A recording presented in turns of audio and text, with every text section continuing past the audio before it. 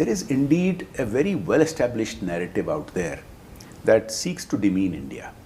You have seen this in the decades of global coverage that only focuses on India's shortcomings. And even today you will see many global platforms will talk only negatively about India. They do not speak about the positives that are happening. We've pulled 250 million people out of poverty.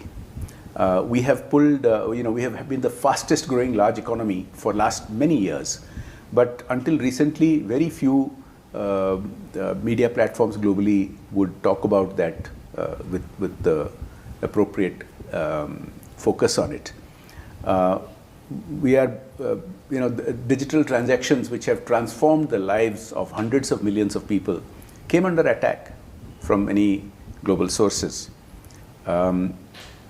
People who have a narrative on Jammu and Kashmir which favors Pakistan, they don't talk about the fact that Jammu and Kashmir came to India in exactly the same process that all the other states came to India and some princely states went to Pakistan or to Bangladesh.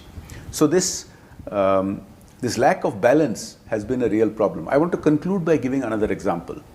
You will often see across the world allegations about, let us say, there is a World Hunger Index. Now it is bizarre, in the last few years, it ranks India lower on the World Hunger Index than the countries to whom we are giving food aid. It is just bizarre. When I first got into Parliament, we still had a huge degree of poverty and we did in fact have starvation. Today we don't have starvation. Today we have the world's largest domestic food aid program reaching more than 800 million people and helping tens of millions of other people in other countries.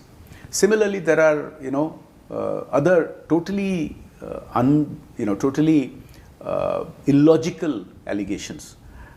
People who like to pretend that there is somehow lack of press freedom in India, they will ignore the fact that any evening on television channels you will see all kinds of dialogue and people freely speaking against the government, and they will not give that proper weightage in covering that India has a free press. In fact, it is bizarre that the World Press Freedom Index ranks India lower than countries today where there are wars happening in the Middle East and other countries, where hundreds and sometimes thousands of journalists are getting killed on a yearly basis, and they rank India lower than that. So there is a degree of bias out there that makes it challenging to counter that narrative.